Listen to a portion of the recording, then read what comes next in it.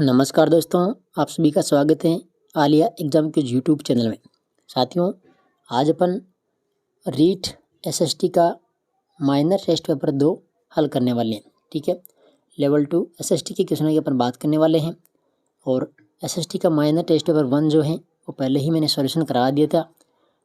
तो जो भी साथी रीट की तैयारी कर रहे हैं, चाहे L1 की हो चाहे L2 की, ठीक है, सभी के लिए जो यहाँ पर पेपर महत्वपूर्ण है, इन पेपरों का आप ज़रूर देखिए जो कलाम के द्वारा करवाए जा रहे हैं। ठीक है, और फर्स्ट ग्रेड सेकंड ग्रेड के भी जो टेस्ट पेपर हैं कलाम के वो मैं आपको करवा रहा हूँ। तो वो भी साथी चैनल को सब्सक्राइब कर लेना।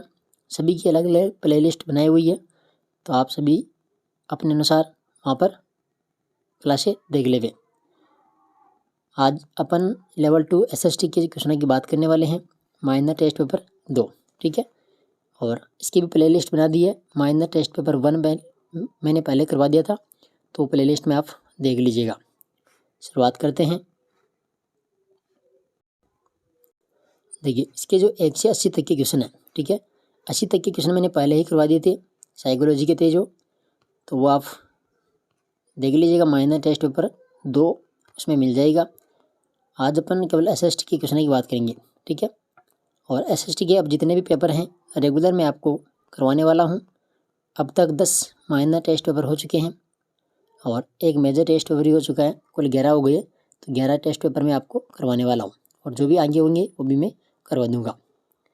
क्वेश्चन नंबर 81 है। 81 से जो आगे क्वेश्चन है वो एसएसटी के हैं। ठीक है, तो देख लीजिए कि निम्न में से किस फसल का राजस्थान देश के कुल उत्पादन का लगभग 85% से अधिक उत्पादन करता है। तो यहाँ पर आ जाएगा गवार। ठीक है, इसमें आ जाएगा गवार। 82 नंबर क्वेश्चन है कि निम्न में से किन फसलों के उत्पादन में राजस्थान का देश में प्रथम स्थान है। किन फसलों के उत्पादन में? तो बाजरा और राई व सरसों। ठीक है, बाजरा में प्रथम स्थान पर है और राई सरसों में भी प्रथम स्थान पर है। बाकी मूंगफली जो है ये दूसरे स्थान पर है और चना तीसरे स्थान पर है। ठीक है, तो बात हो रही प्रथम स्थान की, तो बाजरा जाएगा, राई व सरसों जाएगा, यानी 1 व 2 इसका राइट आंसर हो जाएगा। ठीक है, आगे देखो क्वेश्चन नंबर 83 कि राजस्थान में निम्न में से कौन सी रबी मौसम की तिलहन फसलें हैं। बात हो रही है रबी मौसम की, तो रबी के अंदर आ जाएगा सरसों, तारामीरा व अलसी। क्वेश्चन नंबर 84 है राजस्थान में गेहूं उत्पादन के संदर्भ में निम्न कथनों पर विचार कीजिए। बात हो रही गेहूं उत्पादन की, तो गेहूं उत्पादन में राज्य का देश में 5वां स्थान है, बिल्कुल सही कथन है। दूसरा है कि गेहूं राज्य की कुल कृषिगत भूमि के 19.5% भूभाग पर बोया जाता है, तो ये गलत है। ठीक है, ये गलत है। यहाँ पर जो आ जाएगा, यहाँ पर आ जाएगा 9.5% भूभाग पर बोया जाता है, तो पहला यहाँ पर सही है, दूसरा कथन गलत है। तो राइट आंसर है केवल 1।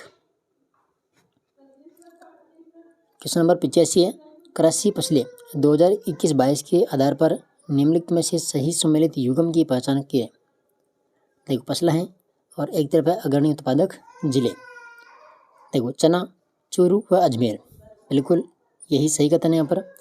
बाकी जो, अलवर, भरतपुर, ये तो गलत है। ठीक है, जो के लिए जो क्षेत्र आएगा वह जाएगा गंगानगर और हनुमानगढ़। ठीक है, इधर मक्का की बात करें तो उदयपुर, राजसमंद गलत है। मक्का के अंदर भीलवाड़ा, चित्तौड़गढ़ आ जाएगा, राजसमंद आ जाएगा, बांसवाड़ा, डूंगरपुर आ जाएगा। ठीक है, जवार जो है, जवार में बाड़मेर, पाली गलत है। जवार जो है अजमेर आ जाएगा इसमें, तो ये तीनों गलत है यहाँ पर, पहला इसमें सही है। क्वेश्चन नंबर 86 है कि देश का प्रथम बाजरा अनुसंधान केंद्र कहाँ खुलना प्रस्तावित है। देश का प्रथम बाजरा अनुसंधान केंद्र कहाँ खुलना प्रस्तावित है। तो यहाँ पर क्या जाएगा 86 में बाड़मेर। ठीक है, बाड़मेर। 27 नंबर क्वेश्चन है कि माही कंचन किस्म किस संस्थान के द्वारा विकसित की गई है। माही कंचन, तो राइट आंसर है कृषि अनुसंधान बांसवाड़ा। देखिए जितने साथी क्लास देखते हैं, लाइक बहुत कम करते हो आप, लाइक ज़रूर करना। ठीक है, आपका लाइक ही हमारे लिए मोटिवेशन का कार्य करता है, तो आप लाइक करने में कंजूसी मत किया करो। ठीक है, और चैनल को आप सब्सक्राइब करोगे तभी आपको फ़ायदा होने वाला है, क्योंकि रेगुलर क्लासें मिलेगी तो अगर आपने सब्सक्राइब कर रखा है तो आपके पास में नोटिफिकेशन आ जाएगा, वरना फिर रह जाओगे। तो आप क्लास को ज़रूर देख लीजिएगा, हर क्लास आपके लिए महत्वपूर्ण है। क्वेश्चन नंबर 88 कि निम्नलिखित में से मृदा अपरदन के कारण है। देखो बात हो रही मृदा अपरदन की, तो इसमें आ जाएगा देखो बाढ़ मृदा अपरदन का कारण है। ठीक है, वनोन्मूलन ये भी आ जाएगा, समोच्च कृषि ये तो गलत, ये नहीं आएगा, फसल का चक्रीकरण ये भी नहीं आएगा। ठीक है, अतिचारण भी आ जाएगा इसमें, और स्थानांतरित कृषि 1, 2, 5, 6। ठीक है, यह है मृदा अपरदन के कारण। तो देख लीजिए इसका right answer 3 number, 1, 2, 5, 6। Question number 89 उत्पादकता की दृष्टि से उत्तम मृदा का उदाहरण है। उत्तम मृदा, तो उत्तम मृदा यहाँ पर जलोढ़ मृदा। ठीक है, क्वेश्चन नंबर 90 राजस्थान कृषि विभाग द्वारा राजस्थान की मिट्टियों को कितने भागों में बांटा गया है। तो मिट्टियों को यहाँ पर 14 भागों में बांटा गया है। ठीक है, कृषि विभाग के द्वारा। क्वेश्चन नंबर 91 में है लाल पीली मृदा के संदर्भ में असत्य कथन की पहचान कीजिए। लाल पीली मृदा, पहला है कि यह मृदा सवाई माधोपुर, भीलवाड़ा के पश्चिमी भागों में तथा अजमेर व सिरोही जिलों में पाई जाती है। ठीक है, बिल्कुल सही कथन है। दूसरा है इस मृदा में कार्बोनेट की कमी पाई जाती है, ये भी सही है। तीसरा है कि लौह अंश के कारण इस मृदा का रंग लाल व पीला होता है, ये भी सही है। इस मृदा को स्वतः जोत मृदा भी कहा जाता है, नहीं, स्वतः जोत मृदा कहते हैं काली मृदा को। ठीक है, जो हाड़ौती क्षेत्र में ज़्यादा पाई जाती है। तो राइट आंसर यहाँ पर कौन सा, 4 नंबर, असत्य कथन कौन सा है, 4 नंबर। क्वेश्चन नंबर 92 में है कि निम्नलिखित में से कौन सा मृदा प्रकार जिला सम्मिलित नहीं है। पहला है रेवेरिना, गंगानगर, सही है। ठीक है, दूसरा जिप्सी फेरस, ये बीकानेर, ये भी सही है। तीसरा है सिरोजम मिट्टी, तो सिरोजम मिट्टी कहाँ पर पाई जाएगी, ये हनुमानगढ़ चूरू, तो गलत है। ये पाली, नागौर, अजमेर, जयपुर, दौसा। ठीक है, तो तीसरा गलत है यहाँ पर। चौथा सिलेटी भूरी मिट्टी, जादौर, पाली, तो ये भी सही है। क्वेश्चन नंबर 92 का राइट आंसर है 3 नंबर। आगे देखो क्वेश्चन नंबर 93 निम्नलिखित में से कौन से प्रकार की मृदा समस्या राजस्थान में देखने को नहीं मिलती है। तो यहाँ पर आ जाएगा अम्लीयता। ठीक है, अम्लीयता, देखो राजस्थान में सारीता, लवणीयता और सेम की समस्या पाई जाती है, अम्लीयता यहाँ पर नहीं पाई जाती। ठीक है,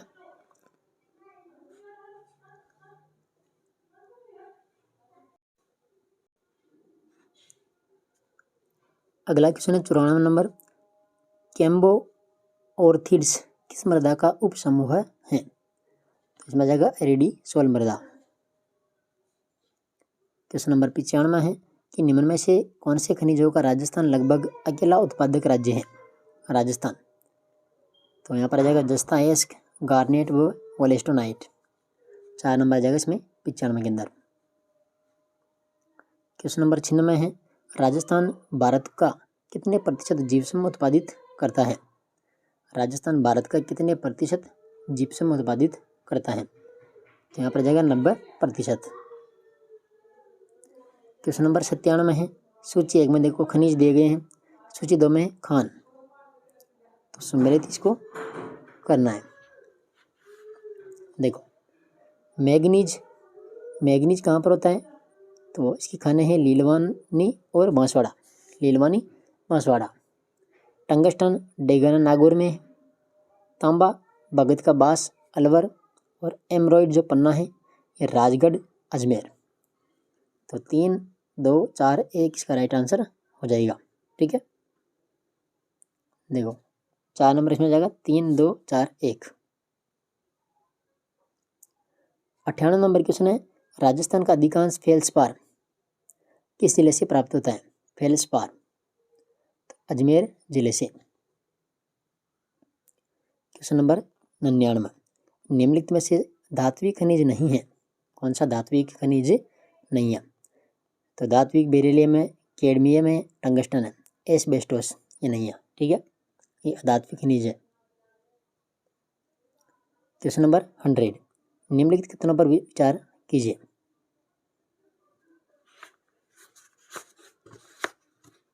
देखो, पहला कि राजस्थान में मिलने वाले कोयले के निक्षेप ट्रशियरी काल के हैं, ठीक है, बिल्कुल सही है। दूसरा कि राज्य में जो लिग्नाइट कोयला भंडार प्रमुखता बीकानेर में है, ये भी क्या है, सही है। तीसरा है गुड्डा बीकानेर में विश्व प्रसिद्ध लिग्नाइट कोयले के भंडार हैं। तो विश्व प्रसिद्ध जो लिग्नाइट कोयले के भंडार हैं वो बीकानेर में है, लेकिन गुड्डा के अंदर नहीं है। ये कहाँ पर है, यह है पलाना के क्षेत्र में, पलाना के अंदर। तो 1 व 2 इसमें सही है, तीसरा गलत है, ठीक है। तो देख लीजिए, राइट आंसर है पहला, 1 व 2। 101 नंबर है कि राजस्थान का प्रधान शीशा उत्पादक क्षेत्र है। राजस्थान का प्रधान शीशा उत्पादक क्षेत्र है। तो देखो 101 में क्या हो जाएगा, जावर, ठीक है। 101 में जाएगा 3 नंबर। क्वेश्चन नंबर 102, राजस्थान का प्रथम सुपर थर्मल विद्युत गृह कहाँ स्थापित किया गया? तो सूरतगढ़ गंगानगर में।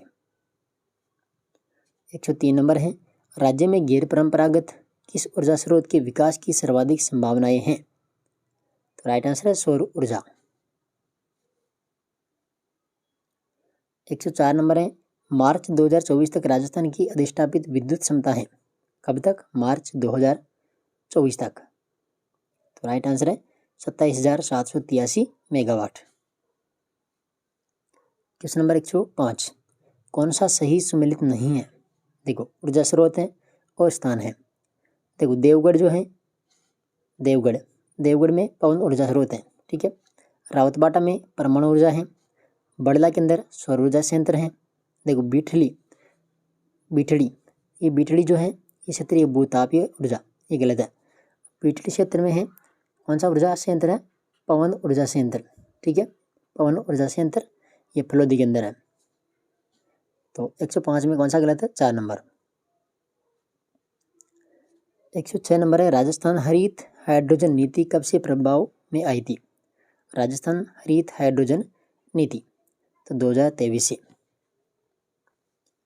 क्वेश्चन नंबर 107 है, राजस्थान रिफाइनरी में राजस्थान सरकार की किस उपक्रम के साथ हिस्सेदारी है? तो इसका राइट आंसर है हिंदुस्तान पेट्रोलियम कॉर्पोरेशन लिमिटेड, ठीक है, 3 नंबर। 108 नंबर है, राजस्थान ऊर्जा विकास एजेंसी रेडा का गठन कब हुआ था? राजस्थान ऊर्जा विकास एजेंसी रेडा का गठन कब हुआ? 21 जनवरी 1985 में, ठीक है। क्वेश्चन नंबर 109 है, राजस्थान की प्रमुख नहर परियोजना जिस पर केवल फव्वारा स्प्रिंकलर पद्धति से सिंचाई अनिवार्य की गई थी, तो वह जाएगी नर्मदा नहर परियोजना। 110 नंबर है, देखो, एक तरफ परियोजनाएं हैं, एक तरफ संबंधित जिला, तो सुमेलित करना है। देखो, सोम कमला अंबा कहाँ पर है? डूंगरपुर में। तकली जो परियोजना है कोटा के अंदर है। लहासी परियोजना है बारा के अंदर, और ओराई परियोजना है चित्तौड़गढ़ में, ठीक है। तो क्या हो जाएगा? 4, फिर 3, 1, 2, राइट आंसर हो जाएगा 4, 3, 1, 2, ऑप्शन नंबर तीसरा। क्वेश्चन नंबर 111 है, सिद्धमुख नहर परियोजना में निम्नलिखित में से किन नदियों के अतिरिक्त जल का उपयोग किया गया है? सिद्धमुख नहर परियोजना, रावी व व्यास। 12 नंबर है, चंबल परियोजना के प्रथम चरण में निर्मित बांधों के उपयुक्त समुच्चय का चयन कीजिए। चंबल परियोजना, यहाँ पर आ जाएगा कोटा बैराज और गांधी सागर, ठीक है, कोटा बैराज तथा गांधी सागर। 113 नंबर क्वेश्चन है, राज्य में इंदिरा गांधी नहर के द्वारा लाभान्वित कमांड क्षेत्र है, तो 16.17 लाख हेक्टेयर। 114 नंबर क्वेश्चन है, जवाई बांध में पानी की कमी को दूर करने हेतु राज्य सरकार के द्वारा सही परियोजना तैयार की गई है। कौन सी? सही परियोजना। 115 नंबर है, भरतपुर नहर को जलापूर्ति होती है। भरतपुर नहर को जल की जो आपूर्ति है होती है पश्चिमी यमुना नहर से। 1 नंबर इसमें हो जाएगा राइट आंसर। 116 नंबर क्वेश्चन है, राज्यसभा में व्यक्तियों को मनोनीत करने का प्रावधान किस देश के संविधान से लिया गया है? राज्यसभा में व्यक्तियों को मनोनीत करने का प्रावधान किस देश के संविधान से लिया गया? तो राइट आंसर है आयरलैंड। क्वेश्चन नंबर 117, 31वें संविधान संशोधन 1973 के द्वारा लोकसभा में केंद्र शासित प्रदेशों के लिए सीटों की संख्या कितनी निर्धारित की गई है? तो यहाँ पर आ जाएगा 20। 118 नंबर है, लोकसभा सदन की प्रवर समितियों के सभापतियों की नियुक्ति कौन करता है?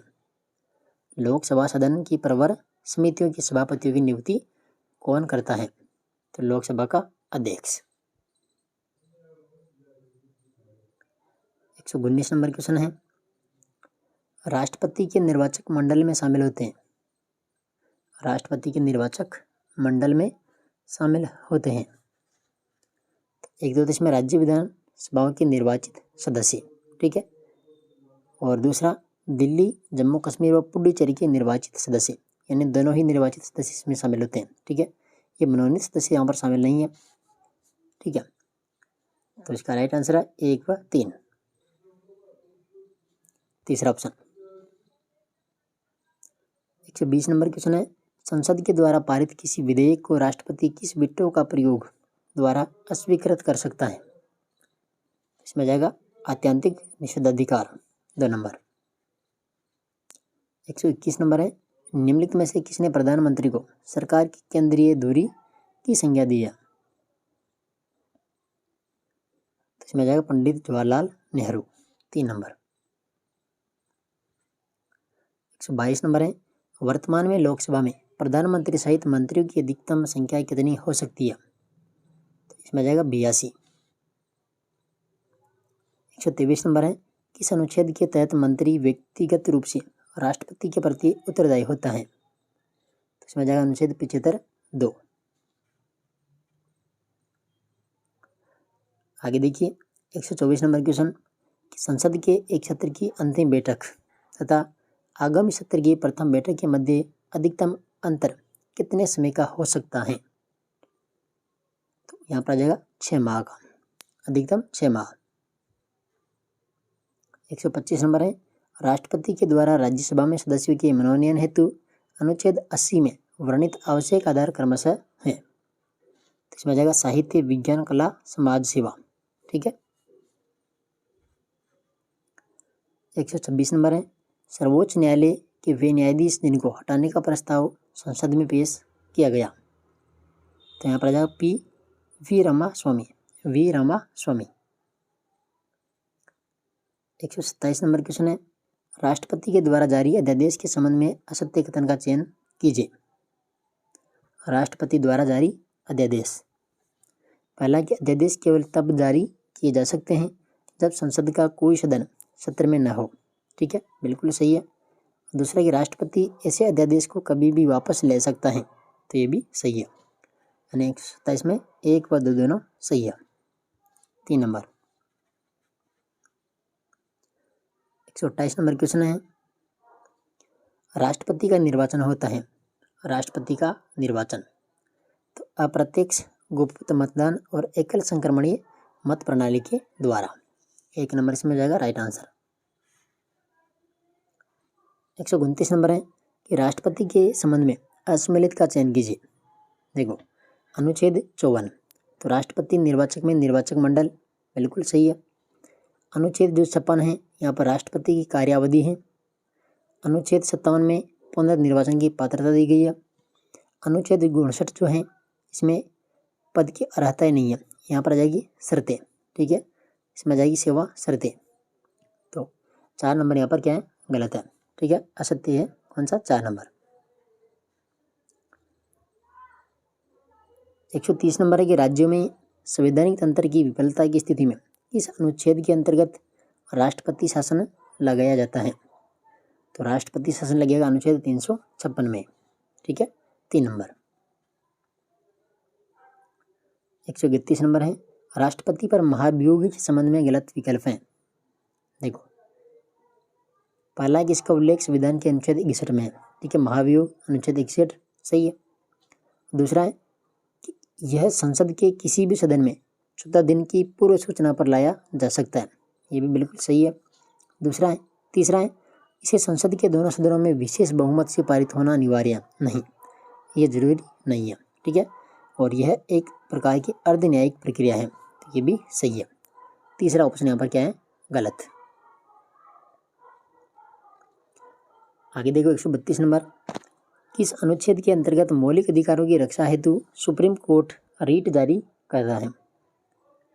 तो अनुच्छेद 32 के अनुसार, ठीक है, अनुच्छेद 32 में रीट जारी करेगा मौलिक अधिकारों की रक्षा के लिए सुप्रीम कोर्ट।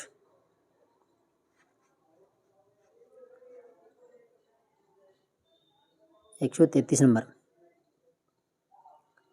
राष्ट्रपति की वित्तीय शक्तियों के संबंध में निम्न में से असत्य विकल्प का चयन कीजिए।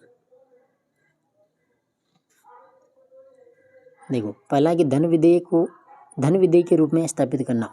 देखो, धन विधेयक को धन विधेयक के रूप में, ये तो गलत है।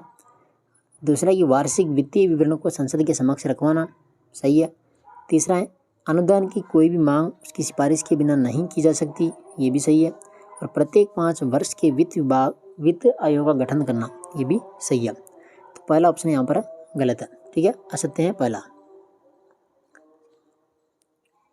आगे देखो 134 नंबर क्वेश्चन, कि निम्न में से कौन सा अनुच्छेद सर्वोच्च न्यायालय को अभिलेख न्यायालय का स्थान प्रदान करता है? तो अनुच्छेद 129, ठीक है। आगे देखो 135 नंबर क्वेश्चन है कि सर्वोच्च न्यायालय के परामर्शी क्षेत्राधिकार का आशय है। सर्वोच्च न्यायालय के परामर्शी क्षेत्राधिकार का आशय है, तो इसमें जाएगा कि भारत के राष्ट्रपति के द्वारा लोकहित या संविधान के किसी प्रश्न पर परामर्श मांगने पर सलाह देना, ठीक है। 3 नंबर क्वेश्चन नंबर 136, अनुच्छेद 75 के तहत राष्ट्रपति प्रधानमंत्री को नियुक्त करता है। क्या करता है? नियुक्त। 137 नंबर क्वेश्चन है कि किसी ऐसे व्यक्ति को भारत का प्रधानमंत्री बनाया जाता है जो संसद के किसी भी सदन का सदस्य नहीं है, लेकिन 6 माह के भीतर उसे राज्यसभा का सदस्य चुन लिया जाता है, तो उसकी न्यूनतम आयु कितनी होना आवश्यक है? तो उसकी न्यूनतम आयु 30 वर्ष होना अति आवश्यक है, ठीक है, 30 वर्ष। आगे देखो क्वेश्चन नंबर 138,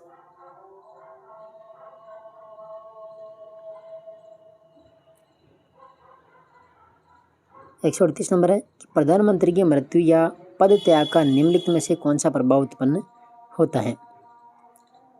तो अगर प्रधानमंत्री की मृत्यु हो जाती है या पद से त्याग पत्र दे देता है, तो पूरी मंत्रिपरिषद यहाँ पर भंग हो जाती है, ठीक है, 2 नंबर आ जाएगा इसमें, पूरी मंत्रिपरिषद भंग हो जाती है प्रधानमंत्री की मृत्यु पर।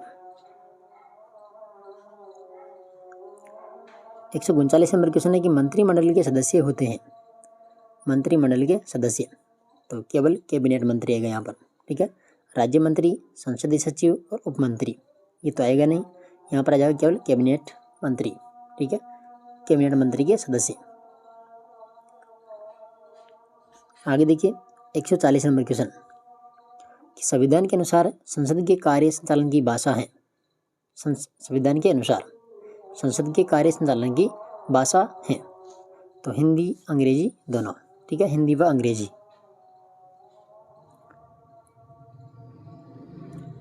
क्वेश्चन नंबर 141 है कि लोकसभा में सांसदों के दल बदल संबंधी अयोग्यताओं पर अंतिम निर्णय किसका होता है?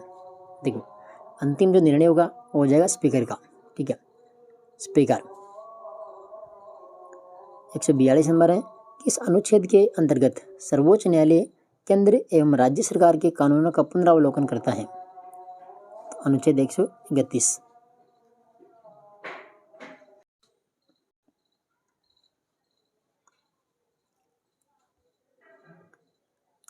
क्वेश्चन नंबर 143, सर्वोच्च न्यायालय के न्यायाधीशों की संख्या, क्षेत्राधिकार, वेतन एवं सेवा शर्तें निश्चित करने का अधिकार किसका है? तो यहाँ पर आ जाएगा संसद का, किसका है? संसद। 144 नंबर है प्रथम जनहित याचिका के रूप में प्रसिद्ध वाद कौन सा है? तो यहाँ पर आ जाएगा हुसैन आरा खातून बनाम बिहार सरकार, 3 नंबर। 145 नंबर क्वेश्चन है, सरकारी विधेयक कहा जाता है। सरकारी विधेयक तो मंत्रिपरिषद के किसी सदस्य के द्वारा लाया गया विधेयक, ठीक है, होता है सरकारी विधेयक। 146 नंबर है कि नीति आयोग का पदेन अध्यक्ष होता है। नीति आयोग का पदेन अध्यक्ष कौन होता है? तो यहाँ पर आ जाएगा प्रधानमंत्री। 147 नंबर क्वेश्चन है कि संविधान संशोधन के तहत आंतरिक अशांति नामक आधार को हटाकर शस्त्र विद्रोह को रखा गया है। तो 44वां संविधान संशोधन।